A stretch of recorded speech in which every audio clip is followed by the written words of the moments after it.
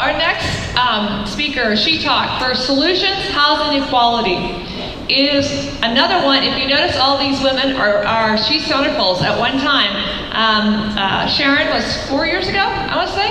Yeah? Obviously, Dr. Chichardora is today, and Dottie Herman was 2 years ago.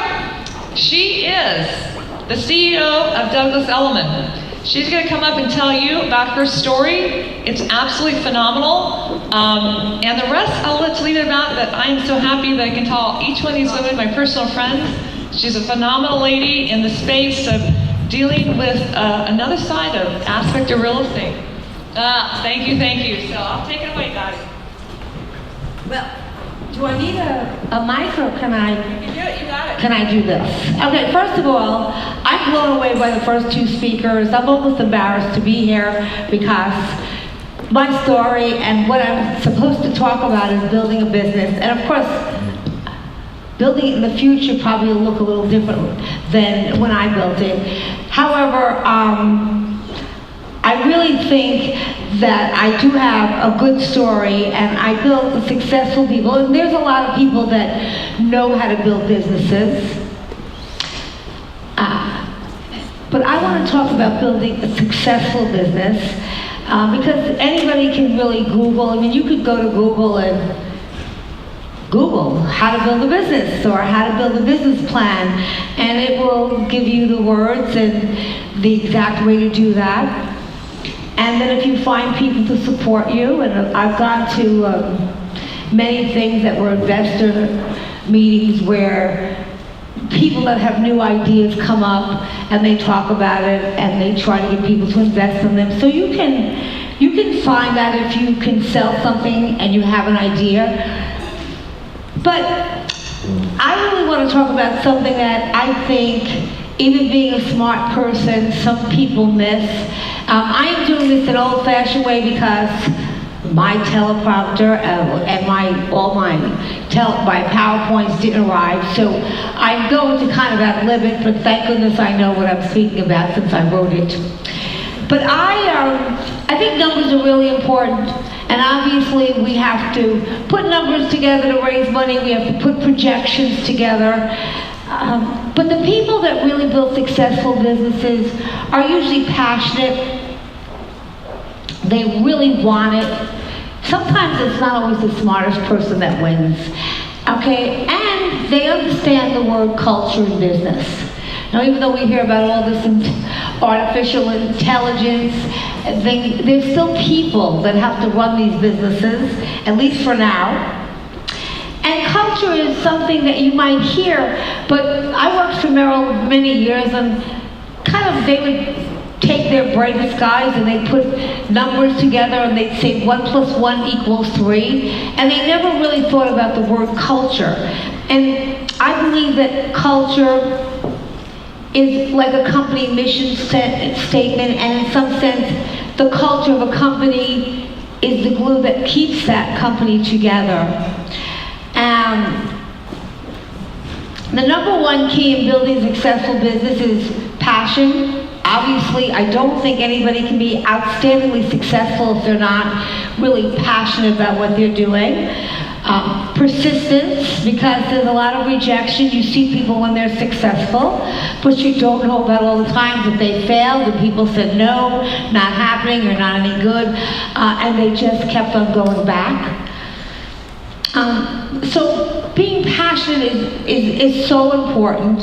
It's what drove me. I could have never built a multi-million-dollar business without passion and without loving what I did. The truth is, if you don't act on your passion, though, you might have it, but if you don't act on it, then it's simply just an idea. And the idea might have legs initially, but ultimately will not gain traction.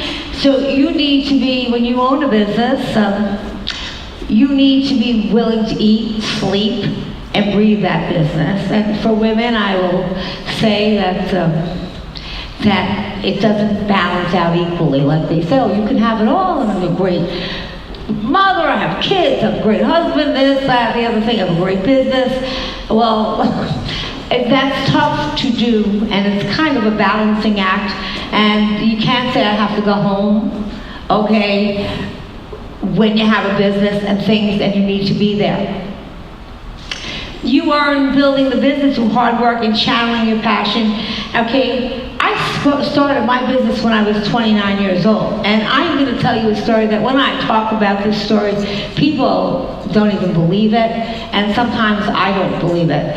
And therefore, I talk about it because I tell people anything is possible. And when you're 29 years old, you really don't know what you can't do. But you don't necessarily know what's impossible. So I was working for Merrill Lynch, and it was a great company to work for. But they decided they wanted to get out of the real estate business, and I was very upset. I loved working for that company. And they sold that company to Prudential, and there were 300 offices nationally, and I was on Long Island at the time, and I was in the Northeast region. I was running, there were about 36 offices on the island, and all of a sudden, you know, there I was, and it was welcome to Prudential. And in those days, Prudential was a mutual company, and so I thought of them, oh, they have scuffed shoes, and the guys at Merrill, they were like just so cool. It was a whole different deal. Prudential told me that we don't want to run a national or own a national real estate company. We think that real estate is local, and therefore we're going to break all these companies up and we were going to franchise them. And so your job is to keep the company together as you were running it until we find a buyer. I was devastated. I was like, oh my gosh, I'm out of a job that I loved and that I was passionate about. I never, especially at 29, had any intention of buying a real estate company. I was a financial planner. That's how I ended it. I started with Merrill, and then when they got into the real estate business, no one wanted to be on that part of the business, so they put anyone who was newer, I guess, who they didn't really care about so much. But all of a sudden, the company sold. Prudential doesn't want to own it. I'm 29 years old. And I'm like, well, I'll just buy it. Okay? I mean, I'll just buy it. And I said, I'll just tell them I have the money. And that's what I did. I know it sounds crazy, and so it's good to be 29, because I wouldn't do that now, I don't think, but I did then. And you know, you hear so many people plan things and plan businesses, and my point to this is sometimes opportunity knocks you in the head and people just don't see it. Now here I was divorced, I was a single mom, I had no money to speak of. I think I had $1,000 if I had that in the bank. But I was young, and I was passionate, and I wasn't afraid of failing. I had nothing really to lose, actually, okay? But a lot of people are not only afraid of losing financial things, they're afraid of what people will say. Oh, you didn't make it. You did. So I was going around telling people, well, I'm going to buy a company. So I wrote Prudential a letter with a little help from my friends, and I said that I had venture capital money, and that I wanted to be considered to buy the company on Long Island, which was 36 offices. I went to banks, of course, and I said, I have an opportunity to buy a major company that's 36 offices, that's #1 on Long Island. And of course, I really didn't have a business plan, and they asked me what I would guarantee it with, and I had no money. So the banks laughed in my face and thought I was insane. Okay, then I tried men, and I have to be sexist about this, because at the time, it was like these powerful men that I thought would love to have a real estate with their name on it. I was like, you can own this if you can help me get the money, and have your name plastered all over. And you know, I had a few bites, but nothing too seriously. But sometimes you just know. And in your gut, even if you haven't worked out all of the details in your head, I was positive. I said I'm going to do this. I was I'm probably then the youngest person, and definitely at Merrill, and definitely running the company. And in my own company of about 1,700 real estate agents, I was definitely the youngest. They didn't have people start young in real estate then. And I stood in front of everyone because all of our competitors, now that we were sold, were trying to raid the company and steal people. Matter of fact, they would take out big ads in the New York Times that had a big ship, and that say, "Don't stay on the sinking ship." And I said to them, I'm buying this company.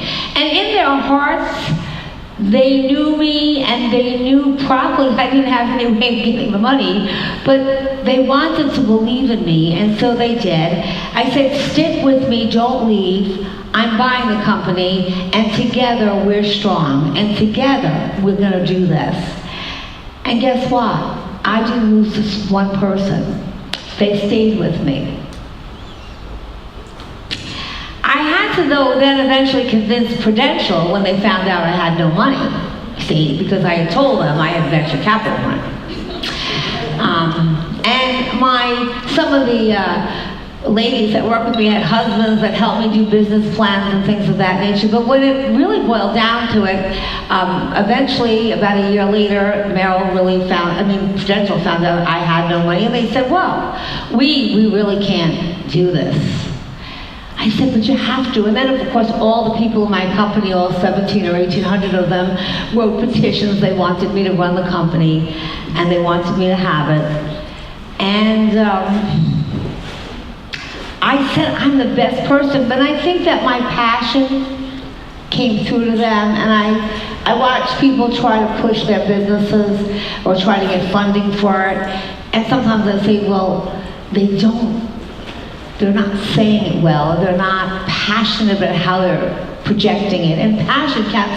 I borrowed at 29, 30, by that time I think I was 30, $9 million, $2.9 million in working capital, and no personal guarantees since I didn't have anything to guarantee. And that's the day I became an entrepreneur. And you might say, well, were you worried? And I really wasn't. I had nothing to lose. And I built, with the people, a powerhouse brokerage on Long Island, and then I opened up out in the Hamptons. And then, interestingly enough, and I come from a very middle-of-the-road, middle-class family, I was offered a lot of money back before the recession for me, and I walked away from it because I said, Robert Moses built bridges that linked the city, New York City, to Long Island, and there was no real estate that stretched from New York City to Long Island. They were all kind of local. I'm going to build a real estate company from Manhattan to Montauk. From my cold calling days, if I had a robot, I would have used them, or just to call. I would call and ask them if you're selling your home. In the old days, that's what they did. You sell your home, and people were home, and they didn't have answering machines, so they had to pick up the phone. They didn't have cell phones. So I actually cold called. The company was Douglas Elliman. It was run by a man named Andrew Farkas, who ran a public company called Insignia, which was a public company in commercial real estate. I said, would you sell your company? Now, this company wasn't for sale. He said, for $72 million, I will. And I had just become partners with a very smart businessman, because I knew to get even bigger, I really had to have somebody even greater and have a different background, with a man named Howard Lawber, who was a very big man, very successful, very brilliant. And I said, I don't want to sell this company. And he said, well, then don't. I have a lot of money. It doesn't matter to me. That's your call. And P.S., we borrowed from Prudential again, $72 million. And then I borrowed a second of $10 million. And this was in 9/11. This was 2001, the end of 2001. Now, when I think back of that year that we would be negotiating, because the deal that Insignia said, listen, we're not going to give you a contract. First person, there's other people that want to buy this company. First person that gets the contract wins. So my whole negotiation was about a year's time, in the year right after 9/11. And we were, if you go back then, we were expecting a second terrorist attack in New York City.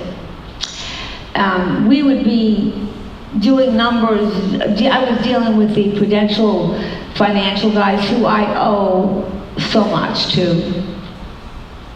And we'd be, well, we have to evacuate. There's a terrorist threat. And then there was the anthrax. So it went on, and one day my banker that was lending me the money from Prudential said, Dottie, am I insane lending you this money? Like, do something else or build it from scratch the way you did the Hamptons. I said, I'll never do that again. And I said, listen, if they hit Manhattan again, it's over. And I'll have arrows and signs, Hamptons that way. But I really thought in my mind, if we had a second terrorist attack, I think that would have been over for New York City. And as resilient as New York City is, and as together we were fighting to stay there, I don't know what the second one would have really been tough. And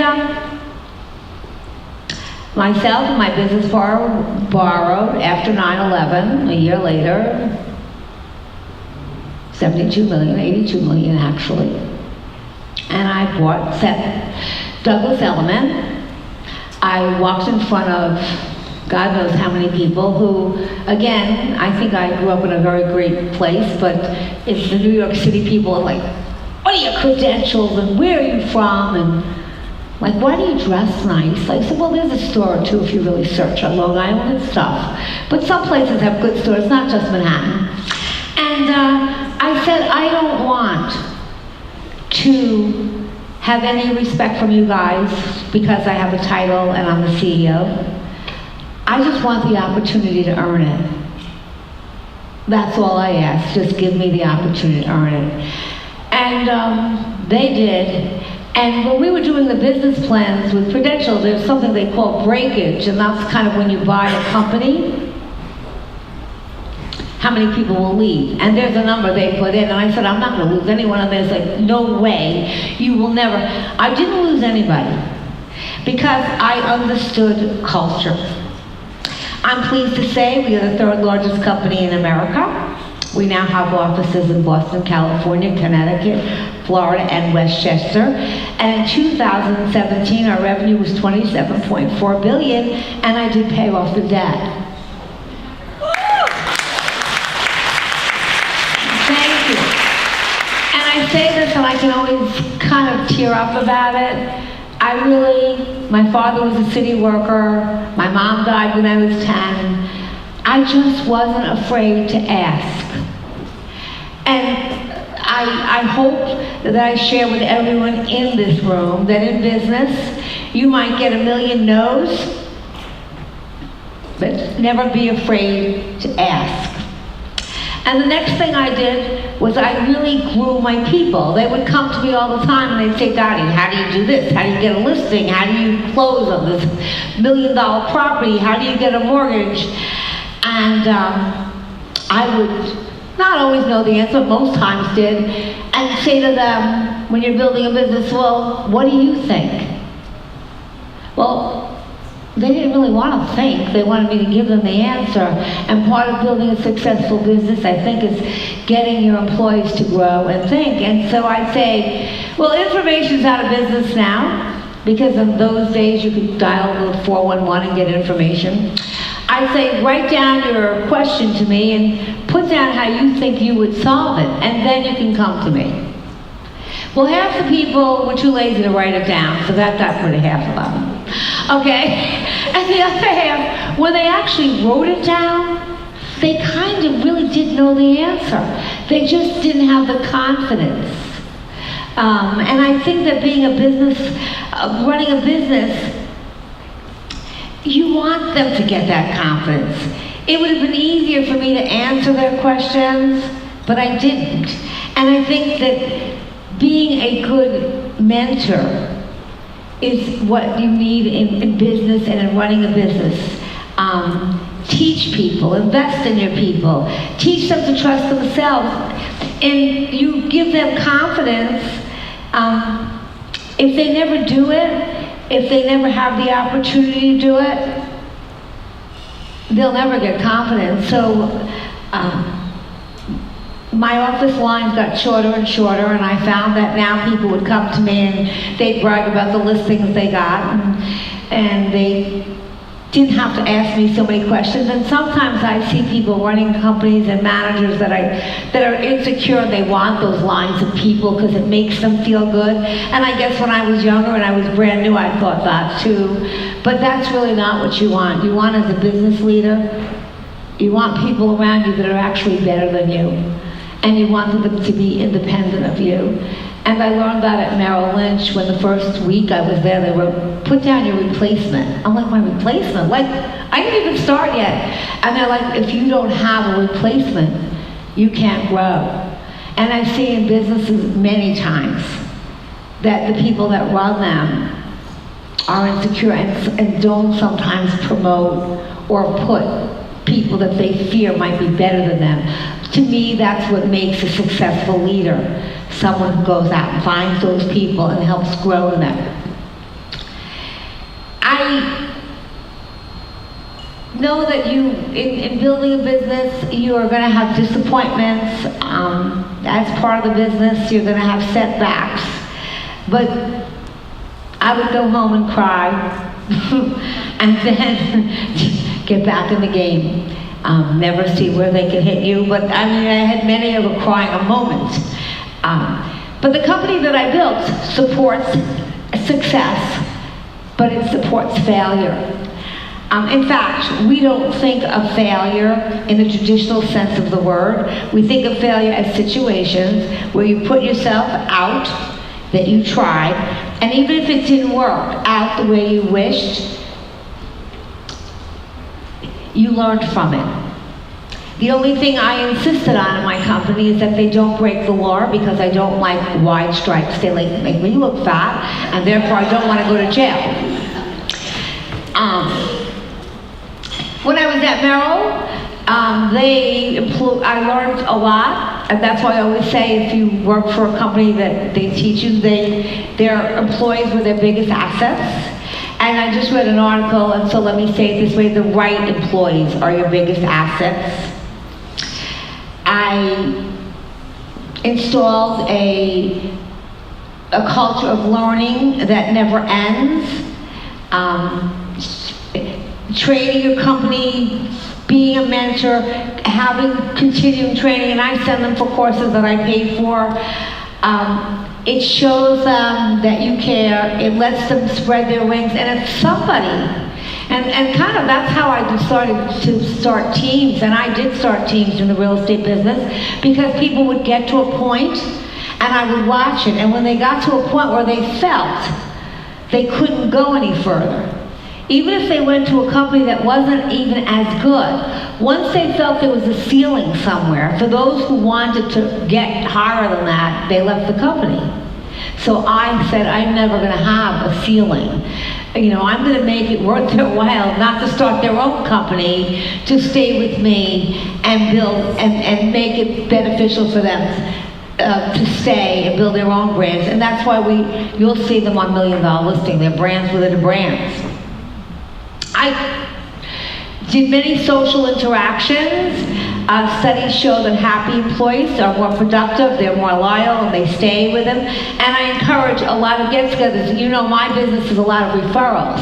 So if you live in New York City and you want to move to Washington, well, it's good if you know an agent there. And so we have round tables. I spend a ton of money on bringing in leadership, bringing people together, getting them to know each other. I think that there's something to say about human interaction. I have a Halloween event, which sounds a little crazy, every year, and I do it, and I invite all my agents.